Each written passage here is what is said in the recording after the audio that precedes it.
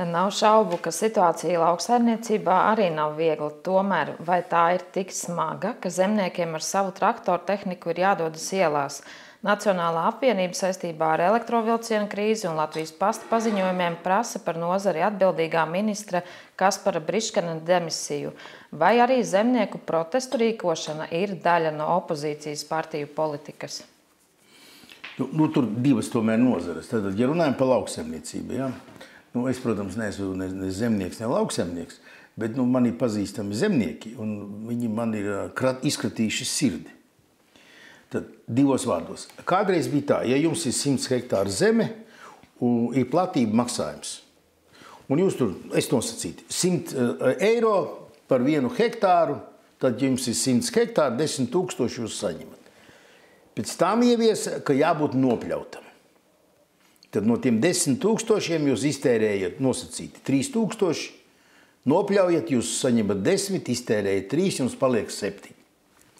Pēc tam ieviesa, ka no katra lauksaimniecībā izmantojamā zemes hektāra ir jāgūst ienākumi pārdodot saražoto preci. Es tagad varu kļūt vai 100 vai 200 eiro. Es varu kļūdīties, ja? Bet princips tāds. Piemēram, ja jūs tikai nopļausiet, jums nebūs ko pārdot, tad jūs neko nesaņemsiet. Tad visi sāka domāt, ko tur darīt, piemēram, pļauj un ražo skāpsienu pārdot, ienākumi, un tad ienākumi, ja sanāk tie 100 vai 200 eiro no hektāra, tad saņem tos platību maksājumus, kas jau vairs nav ne 100, bet tur kādi pie 200. Lūk, tagad tur ir jāfotografē, tur ir tik sarežģīti, tur ir tāds birokrātija.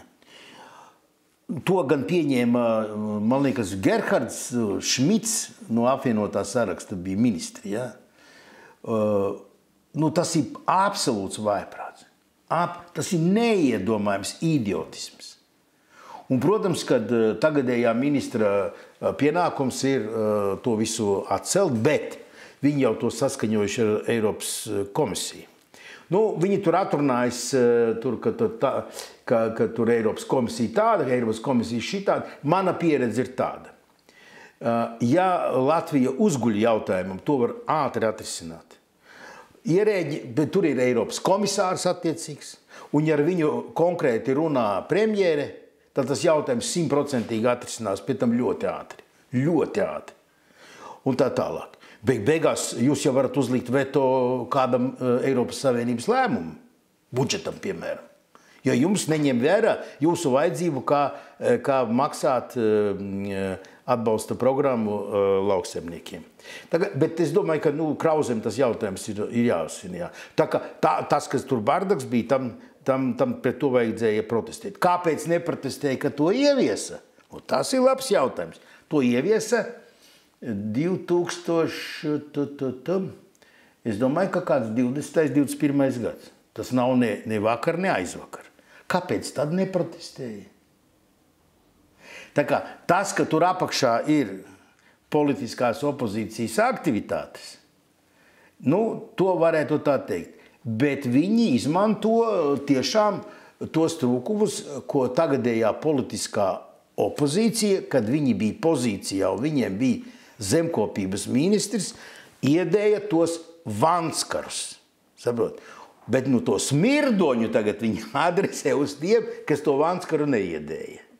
Bet tāda ir tā dzīve, ja, kas aroti, ka vieni ķēzī un otri vāc. Ko darīt? Bet, ja tu esi pie varas, tad tev jāiztīra tie augijas staļļi.